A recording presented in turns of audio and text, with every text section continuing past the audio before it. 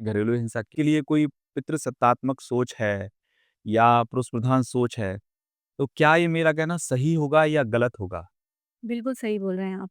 जो main basic reason है वो यही है कि पितृसत्तात्मक जो सोच है, हमारे यहाँ आज भी बेटे के होने पे ज़्यादा खुशियाँ मनाई जाती हैं और बेटी के होने पे अफ़सोस टाइप का होता है कि अरे बेटी हो गई है।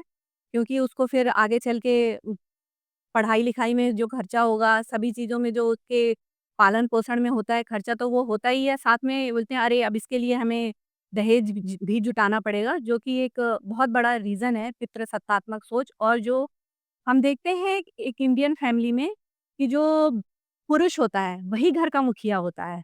तो एक ये बहुत बड़ा रीज़न है हमारे यहाँ जो घरेलू हिंसा होती है, कि वो जो एक महिला होती है उसको दबा के रखना चाहता है। उसकी सोच जो रहती है कि ये मुझसे ऊपर ना हो, ये मुझसे दब के ही रहे। तो वो दब के कब रहेगी? जब उसे ज़्यादा आज़ादी नहीं मिलेगी और उसे टॉर्चर करके, घरेलू हिंसा करके उसे जब दबाया जाएगा, तो ये हमारी पितृसत्तात्मक सोच को बढ़ावा देती है। ठीक है, मैं आपकी बात से सहमत हो सकता हूँ, पर आपने अभी कुछ देर पहले ये कहा कि एक सास भी कहीं न कहीं किसी न किसी को पीड़ित करती है। तो इस केस में हम कैसे माने कि केवल पितृसत्तात्मक सोच है, महिला भी महिला को कहीं न कहीं पीड़ित कर रही है? तो ये दोनों चीज़ें कैसे हो सकती हैं? बिल्कुल सही कह रहे हैं आपने इसलिए मैंने कहा कि एक पितृसत्तात्मक एक रीज़न होता है, एक रीज़न है। तो ये नहीं कि सिर्फ़ वही रीज़न है। तो महिला भी महिला को प्रताड़ित करती क्योंकि चूँकि वो भी पिछले अपने टाइम में प्रताड़ित हुई है।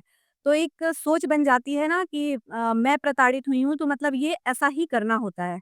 उनकी जो इस तरह से उनके मन में हो जाता है कि ये मैं प्रताड़ित हुई हूँ तो यही आगे चल के जो हमारी आने वाली पीढ़ी को लेगेसी के रूप में प्रदान करना है। तो यही रीज़न है दोनों तरफ बिल्कुल। का।